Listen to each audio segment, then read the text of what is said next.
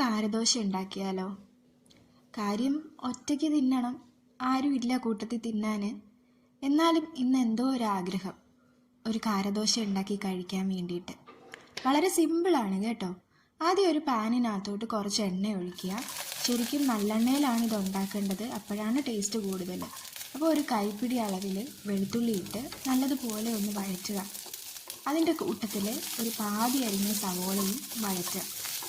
കുറച്ച് കഴിഞ്ഞ ശേഷം ഒരു ചെറിയ ഉരുള പുളി അതും കൂടെ ഇതിൻ്റെ കൂടെ ചേർത്ത് വഴറ്റുക. പിന്നെ ഒരു 4-5 വറ്റൽമുളകും കൂടെ ചേർത്ത് വഴറ്റുക. പക്ഷേ വറ്റൽമുളക് മൂത്ത് പോകരുത്, ജസ്റ്റ് ഒന്ന് വഴറ്റിയാൽ മാത്രം മതി. ശേഷം ഉപ്പ് ചേർത്ത് ഇത് നല്ലതുപോലെ അരയ്ക്കുക.